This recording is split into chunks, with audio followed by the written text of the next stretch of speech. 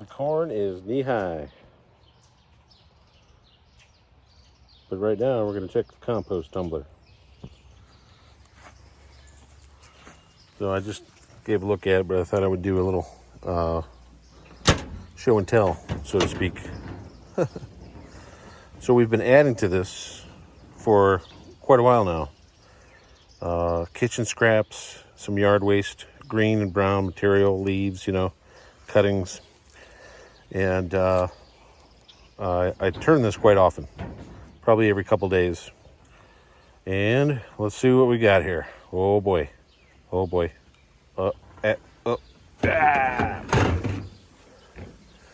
It's breaking down.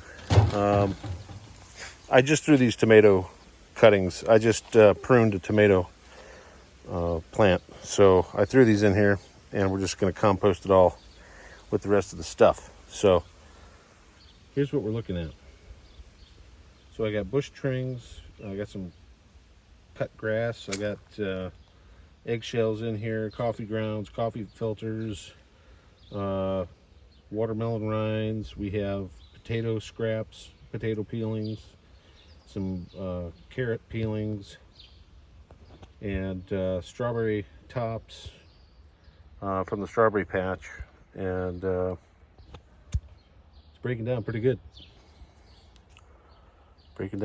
So you just keep it kind of moist. I don't know if you can tell, but it has a little bit of a sheen on it from keeping it moist. So I have added some water to this, and as far as I can tell, it's moving along pretty good. So I think, within like a 6-month period, we'll have a nice chunk of compost for next year's garden, and it'll be useful. And it's all scrap, so good deal. Get yourself a composter, and beware, because trespassers will be composted.